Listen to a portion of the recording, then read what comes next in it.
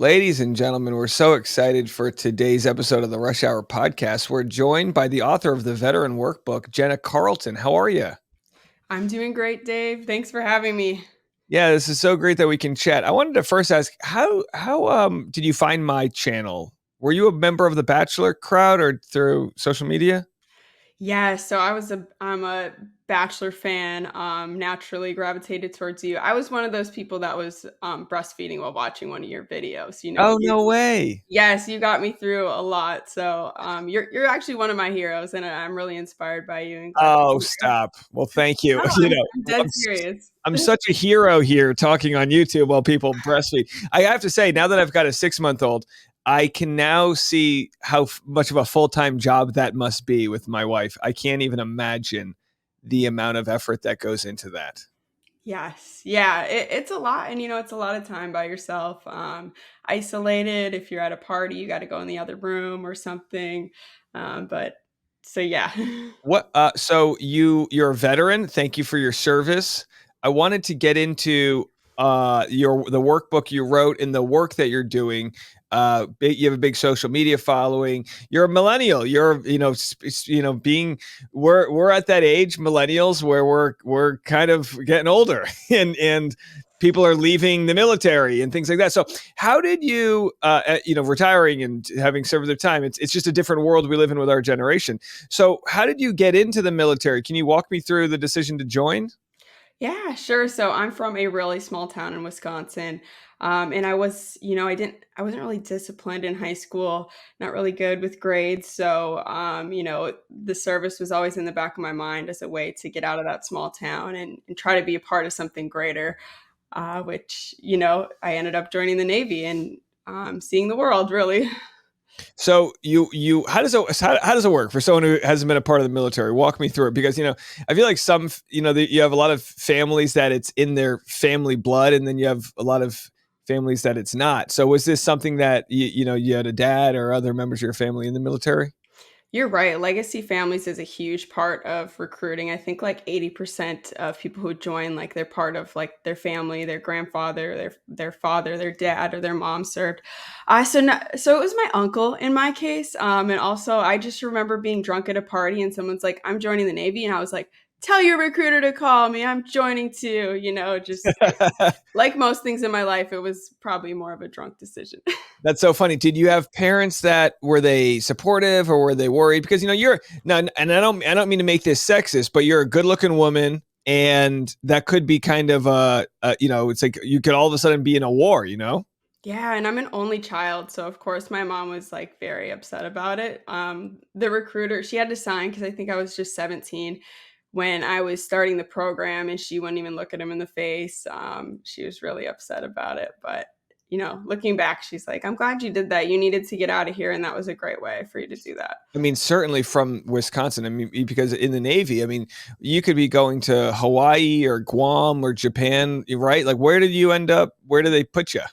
So I did weather. So I was on an aircraft carrier, kind of looking at like the flight winds for the aircraft that was taking off. So I was stationed out in Norfolk, and I did a deployment in the Arabian Gulf, the Persian Gulf, whatever you want to call it.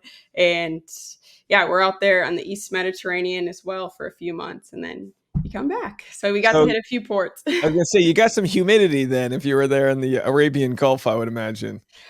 Yeah, so it's like the weather's the same every day. It was like hazy. You could only see 8 miles out, so it was really kind of boring weather-wise. And there's no wave height, so it was kind of the same thing every day. But So I'm imagining you're like the meteorologist of that aircraft carrier. Is that like, are you up there running barometer checks and you're making sure that, like, are you just giving daily reports on what you're looking at? yeah, barometric pressure is huge for pilots. They need to know, especially helo pilots. But I was just an observer. So really, I just told you what was going on right now. And then if I would have stayed in and went to more schooling, I would have been a forecaster. So people in my office, they told you what was happening. I just told you what was happening right now.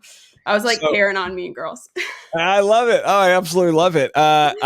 So what was you're on an aircraft carrier. You have to kind of conform uniform wise and things like that. What was the life like? do you like wax poetic looking back? Did you like it at the time? What was the lifestyle like living on an aircraft carrier?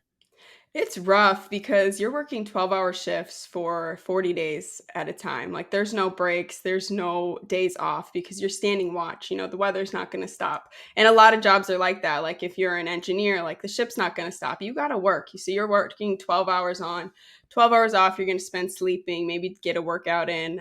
We had a Starbucks on our ship, which was cool. So we actually like went to would get coffee. You learn to just like go and do the silly things like participate in karaoke night, do the 5K on the flight deck, work out in the hangar bay, do Zumba, whatever, just anything to keep you going. Get excited when there's a good meal for once. But otherwise, Well, you're going to be miserable. walk me through a good meal. So, I mean, is this like a real, can you get a shaken espresso at the Starbucks, or is it just, like, and is the Starbucks employee in the same military uniform? How do they get your name wrong on the cup like a good old Starbucks? Yeah, they'll put your name on it. So it was Harry S. Truman was the name of the carrier. And one of his sayings is called the buck stops here. And so we called our Starbucks, it was called the buck stop. So clever. But yeah, they're just regular, people who work in supply and just kind of make up their own recipes. I mean, it was good, but it was real Starbucks coffee, but it's not like they don't have an espresso machine. And who you rooming with? Is it do you have like your own quarters, or how does that work? Yeah, well, I was in a bay with only 30 other women, and that was considered a small. It's called a berthing. But if you're in if you're on like in deck department, there's probably like 100 bunks in your room, and you're stacked three up. So like you have a little coffin rack that you sleep in, and you could get a storage locker, put all your stuff in. You have to be very creative. And did you feel special being? I mean, you're.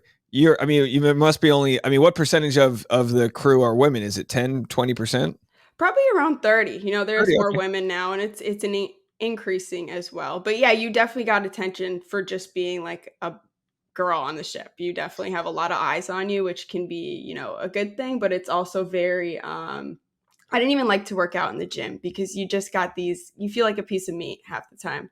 Yeah, because look, I don't mean to sound like a dog. I'm just being honest. I worked a blue collar job in high school with construction, and it was all men. And when a woman would walk by, and I'm not talking like your standard cat calling, I'm just talking about men that would their chemistry, their biology would change when a woman walked by, because it might be the only woman you'd see all day. It was like it Yes. was so funny to see. But I was a part of it as like just a teen boy being like, oh boy, there's a female painter in the that we're gonna be working with. Like it would be like you would dress nicer, guys would comb their hair.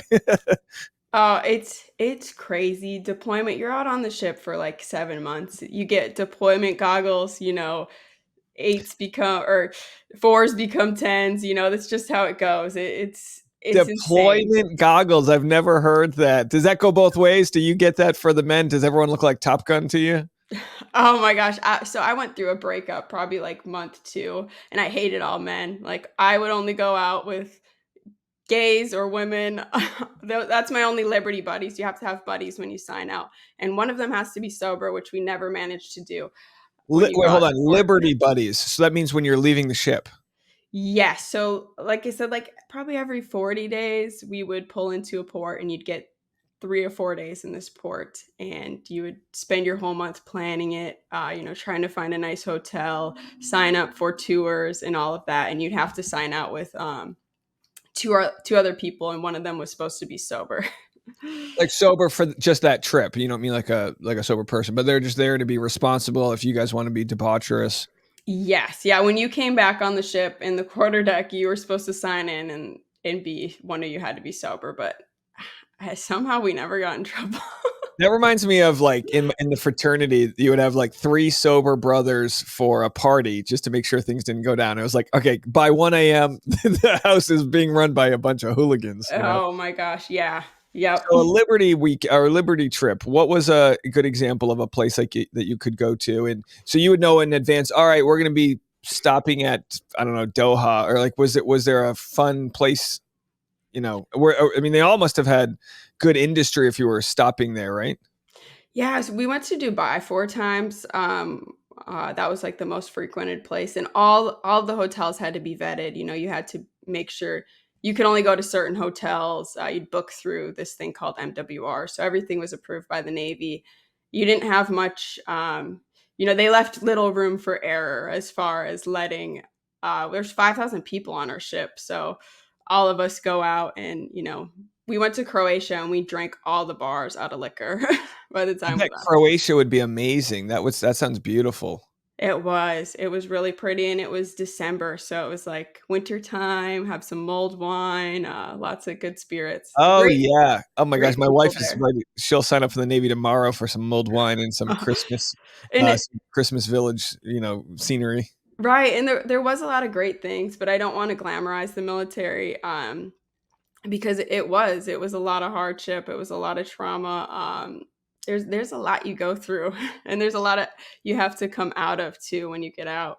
Yeah, well, let's talk about that because my biological father served in Vietnam, multiple tours, and finds out decades later he has PTSD. When he passes, PTSD and Agent Orange was listed on his death certificate. And, Agent Orange was kind of more of a neurological issue for him, at least. It's just wiped out a lot of his, systems because it was so damaging to the brain and the nervous system. So all of his injuries and wounds were on the inside, and I don't think even till his dying days people really took it as seriously as it was because it wasn't a prosthetic limb or something. So Mhm. what do you like see most as a millennial veteran with people coming out of the military sort of readjusting into civilian life? Yes, yeah, and in the Vietnam era, they got a special place in my heart. I did an internship at the U.S. House Committee on Veterans Affairs, and the last person you call is Congress. That's not the first call you make. So these people are really desperate. They've been trying for years to get help, and then they get little old me, a little intern, and I'm like, hi, I'm Jenna, blah blah blah, and I would tell them I'm a veteran, and they were like, they would call back, and they just wanted to talk to me because I'm a veteran, but it would be a lot of Vietnam era, and you would hear about the Agent Orange, and then that passes on to their children. So you could be more affected than that, with passing on spina bifida, because that does, it affects all of their systems. Um, but anyhow, so I was like, this was 2019, and I was like, I can't let this happen to another generation. I need to get the millennials together. We need to come together, be a part of this community, because looking around, no one else was younger. If you want to be in the veteran space and stand out, all you have to do is show up. If you're even under 45, it's crazy. Like it's a lot of older people. So yeah, that's kind of how I started it. So younger veterans have the highest suicide rate, ages between 18 and 34. The second leading cause of death of this age group is suicide, the first being accidents. So the second being completely preventable. And the first year after service, that first 12 months is the highest mortality rate. So when I found those out, I was like, yeah, I got to do something. This is so serious. And I feel like we focus on veterans. We're not thinking of the younger ones who are just getting out and struggling. Yeah, so did you feel were you surprised at how you reacted to getting out, and what was that like for your first 12 months? Oh my gosh, so I got pregnant like as soon as I got out. And I was dating my now husband for a few months, like not even a year, and I moved up with him to his next duty station when I got out. And Did you meet him at the Starbucks on the ship at the oh dock? my gosh, so the way we met is really funny. So it was the last month of deployment, last port visit. We're in Greece. I see that we're at a party at a villa that somebody rented. They had a big party, and I go outside because I wanted some fresh air, and I see this guy just like listening to an iPod, like an old iPod. I'm like, who has an iPod? Well, this was what, 2016, but I was like, still, who has an iPod anymore? And I was like, hey, can I play a song? So I looked through his music, and I'm like, oh my gosh, you got great taste in music. I could marry you. I said that the first day. um, Wow. anyhow, By people the way, come up. that's a great line if you're into the person. If you're not, you're I running for thought he the was hills cute. there. Yeah. So people in the party are like, hey, cabs are here, let's go. So we go down to like the main part in the harbor, and everyone's everyone's drinking, having a good time at the clubs, and I start dancing with him, and I'm like, it's hot in here. Let's go outside. Let's go to a quiet bar. So I grab one of my girlfriends, and we go down to like another quiet bar, and we walk in, and there's an entire British football team at the bar, and they whistle at me and my friend, because we're cute girls coming in the bar, and my now husband was like, "Hey, you can't treat girls like that." Bam! Knock him out. He's Oh, a British American brawl in Greece. This is Yes. Yeah, they all just jumped him after he yelled at them. I go and try to get some of his friends because we can get in trouble for fighting, and he's bleeding. It looks bad. I don't want him to get in trouble, so grab his friends. They take him away. I didn't get his last name. Didn't see him for I think it was like 6 months later. Back when we were back in America, I was at a party, a mutual friend going away party. Hadn't heard from him. Hadn't talked to him since then. And I was like, "Hey," and he was like, "Hey," and we've been together ever since. wow. Now, I'm assuming you guys were on the same boat. Yes, we were on the same ship. Yeah. So you had to see him in the States to confirm that it wasn't what did you call it? Boat goggles? What was the term you used? Yes. Yeah. Both. So you said it wasn't boat goggles. Wow, that's a meet cute. That's an interesting meet cute right there. So Yeah. you get off. So you immediately dive into motherhood, really. Yes. So Yes. was that And something you were, sort of, like walk me through the transition from military to motherhood? Were you still in the Navy, or were you just, were you done? Like, how does that work? Do you know ahead of time, like, all right, I'll be done on this date and I'm Mhm. officially done, and then what happens? Yeah, so everyone has a contract, and once your contract's up, you kind of know when you're getting out. Some people, they get medically separated, and it takes a little longer. They don't know when they're going to get out. But for me, I knew. I was prepared. I was signed up for college. I actually started like 2 weeks after, so I was also like pregnant in college, a very traditional in-person college with everyone being 18 to, I'm in class with 18-year-olds, and I'm like, pregnant. I just felt so out of place because, even though my spouse was still in, I'm not a part of that military world. And then I don't feel a part of the civilian world. And I think so many of us, we just lose that sense of belonging. So we isolate. I shut off all my social media. I was also raised Catholic, and I am still Catholic, and I just had this embarrassment from being pregnant out of wedlock. So I just like Sure. shut off my whole world. I was like, I learned how to crochet, and honestly that was really bad for my mental health. Isolating, and then doing my work that I've been doing, I've noticed so many veterans. It's just kind of part of it. You isolate, you feel like you went into this thing to better yourself, and you get out and you just feel chewed up, you feel used, you feel spit out. Even though you have all these opportunities, you just feel like you're not there yet. It's a transition period. You're not supposed to know, and it's going to be awkward. So I definitely felt that. Yeah, and I remember a few guys that I knew when I was in college that had come into college after being in the military, and yeah, there's such an age gap when you're at that age, going from 18 to whether you're 24 or whatever, 22. It's like it is such an age gap to then dip into that same world, and I'm sure you're looking at these children going, "Oh my gosh, I've just traveled the world serving my country. I have nothing in common," and you're so right about isolation. There's something, it's probably, I mean, as that's a torture technique. That's the worst thing you can do in prison is isolation, and it goes to show how dark our brains can get when we're robbed. I mean, the worst thing you can do to someone is to really excommunicate them, and yet that's kind of what we go to in a world where, in high school, you kind of, your friend groups are made from the sports you play and the classes you're in, and then you're in the military, and you kind of go through life being led into different social circles, and then come college and then your 20s, you don't really have any buffer. So what was that like to go? How did you recognize that you were needed to get out of that isolation? It and getting out too, being like, I'm 22, out of the military. I didn't feel like a veteran. I didn't even think to like reach out to veteran nonprofits, or what am I going to do? Go to the American Legion? I don't know if you know about the legions and VFWs, but it's Oh, I know the very VFW. Sure, I've done some yeah. stand-up shows there. They're great people, but I understand. Yeah, it's not necessarily a young crowd.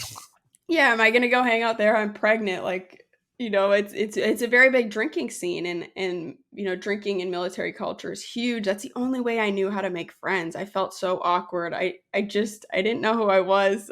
So I wasn't tapping into those. So now when I see people getting out, I'm just like, get plugged in, get into a community. And I want, like I thought if like I showed my face, being a young veteran, other people would be like, hey, like, that's me too. They would see themselves in me and be like, yeah, I can be a part of that. I want to join her group and be a part of this community of healing. And the veteran community can be so toxic. There is that old salty grumpy veteran. They kind of wear that with the chip. And I'm like, no, this is going to be a place of healing. We're going to talk about things. We can be vulnerable. It's not going to be a place to complain. I say that in my group all the time. I'm like, we can't complain. We can be constructive. We can be critical of, the VA and everything, but sitting here and complain does nothing. We have to be proactive with this. So, aside from isolation, what do you see being one of the biggest issues that can be fixed or spoken to for you, for sort of your class of veterans? About trying to adapt back into civilian life. Yes, mental health is a big thing, just across the board. Whether it's, myself, I'm a survivor of military sexual trauma. So just even talking about that and, understanding there's so much nuance, just being a woman in the military. And it takes time. That took me 6 years to come forward and talk about what happened to me and actually report it to the VA and get my rating. And because a lot of us, I did 4 years, I don't feel deserving of getting money from the VA, and a lot of veterans feel like that. And so I'm like, no, you earn that. Like, it's to better you so you can better society. The better you are, the more you can contribute to society. So it's an investment that they're making in you. Well, And also, that's that Catholic guilt that they gave us, yes. Oh, that it's like, so deep. no, go pull yourself up by your bootstraps. I know, my stepdad, big Catholic, and again, like I said, raised Catholic, and I mean, the VA helped me out because of my father. I didn't meet him Oh, till I was 19, but then he was the one who told me, like, you have a program that can help kids of disabled veterans, get through yes. college, and it was a blessing to me to have some help there because being raised without a dad, my mom kind of did a lot of the pull you up by your bootstraps. She was two kids under the age of 23, alone. Like, she left my dad when she was pregnant with me because he was a charming man, but he didn't have the faculties to deal with the world. Mhm. And he kind of presented and looked like a normal person, but there was, like, when your limbic system's flared, he didn't do what you should do. He wasn't, he was jealous, and he from all the accounts I've heard from my other siblings that did know him growing up, because I only met him a few times, he was a guy that just couldn't get in control of his faculties, and Mhm. the system that was there to help him maybe came a little too late. So any help that people can get now to, like, fix these issues, you're so young. Like, our generation has so much time to overcome whatever sort of imprints they had from their experience. Yes, yes, exactly. And that's so awesome that you were able to get help. And that's what it is for, because we pass so much on through generations. We got to stop that cycle. And I know the VA like isn't the best, but the fact that they helped you out and it is there. They are there to And help. by the way, I already you talk about shame or foolishness. Like, I did nothing. I wasn't in the military. It was just a program for, like, kids of parents that couldn't provide, really. But I was an example of, there are some people, like you said, that pass their trauma on. It was almost so bad with my father that my mom left. So, like, the only trauma that was passed on was a dad I never knew. So it's probably the Right. best case scenario for me. But yeah, like you said, you want to be a good mom. You want to, what, like, would you let your kids be in the military? And is there anything you would tell them that you weren't told? Oh, that's a big question I grapple with, because I'm just like, I would say no. So my oldest daughter, she's type 1 diabetic, so she cannot. But the other two, I would be I'd say go to college first, but really understand what the military is, what you're being used for. It's such a nuanced thing, that moral injury, when people get out and they realize, like, what were we doing there? Like, and why did we pull out? We left so many people there. Like, it's just hard. It's very nuanced of, whew, I would say no. I would not want them to. Well, Um, when you talk about you said moral injury. I've never heard that term before. Can you like sort of elaborate with that? Absolutely. So I don't know if you ever see videos of, people like attacking US military members, or just saying, like, sending hate to them. And I think it's unwarranted, because so many of us were, recruited. That recruiters prey on, more vulnerable populations like immigrants. They're going to go into poorer neighborhoods and try to recruit. So it's really like, from the jump, people don't really have a choice. You kind of end up in the military as a way to get out, and then you serve, and then you get, put in places across the world, maybe doing things you don't want to, or you don't support. The US military has been involved in many conflicts where, we're brainwashed in the military to be like, yes, we're the good guys, but in reality, like, why were we there? What were we doing? So when you get out, you just feel like, like, what was I a part of? I thought I was the good guy, but, you know then you learn more about the world. Like, when I went to college, it was so eye-opening to me, and I just had, like, so much, like, guilt. There's that guilt, like, what was I a part of, in world scheme of things. And, And so many people grapple with that in years later, look back and go, yeah. well, yeah, you're right. That war really was about securing an area that drills for oil. And Yes. then, well, we didn't do anything with that genocide. There was nothing to offer us in Rwanda. And you start to look at there's there's a lot of strategy attached to where we are, and but like you said, I actually cover this on yesterday's podcast episode. Now there's 10,000 North Korean troops in Russia. These men don't have a choice. Yeah. They're in a dictator, and I don't mean to compare our military to North Korea. They're just boys in a lot of cases, and you see these war films of, in hindsight, the older you get, you go, that's I have a 21-year-old brother. He's a baby to me. So to think of these 18-year-olds that are going in there scared with guns is horrifying to think about. Yes. Yes, absolutely. And right, like, in some countries you have to serve, and here we're an all volunteers force, and so it's like, you chose to do that. Like, yes, I chose to do that, but look at me when I was 18. I graduated with 36 kids. Like, what was my world knowledge? Like, I had no clue. Like, the military is such looked at like an honorable thing. You're going to serve your country. You're going to be a part of something greater than yourself. And then you get there and you're like, what? What is this? Like, I'm just a janitor on a ship, or like, you know, you don't Like, I'm feel working that. at the Starbucks. I don't know. I could have done this in Portland. But and by all means, I think it is like you're in such a great place because you you did walk the walk, and you can be critical, and also I'm sure there's plenty of aspects of the military that I'm sure like do you if you can be critical, but if you just hear a couple random people talking about how bad the military is, I'm sure you're also defensive, right? I mean, like there's plenty of good that goes on there. It's like, I guess when you describe the moral injury, it's that it is a conversation. Yeah, I guess if I heard people talking about it, I would, like, again, like, we're in a free country. Like, of course, criticize, have that conversation. But I think the civilian population in the military, we're so disconnected now. People aren't engaged in what we are involved in the world like they used to be. Like, when it was Russia versus the United States, like, everyone was a part of it. It was a big thing, like the space race, getting prepared for all of that. And now it's just kind of like, okay, that's the military thing. We're not all involved. Does that make sense? Sure, and the thing that is really saddening is how few senators, congressmen have actual kids in the military.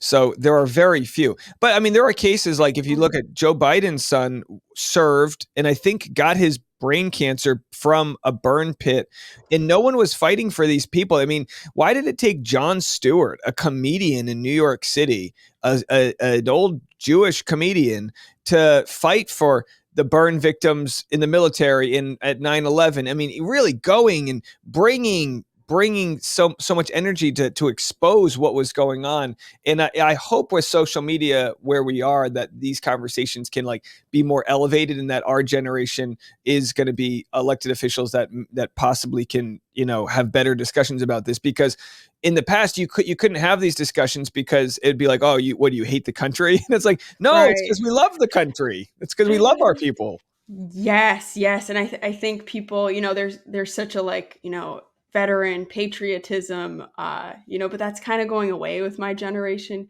We don't align with that as much. We're more just like we want to make it better, but you can be critical and want to hold accountable as well. It's So a hard line. so yeah, and so we're not here complaining. You're doing good work. You've got a workbook. Tell me about your workbook.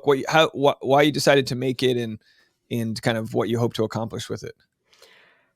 So kind of throughout my life, I've always journaled, and it's been a great way to reflect on things. And so when I got out, like I said, like I was going through a lot, and I was like, how can I describe this to people? How can I help them work through it themselves?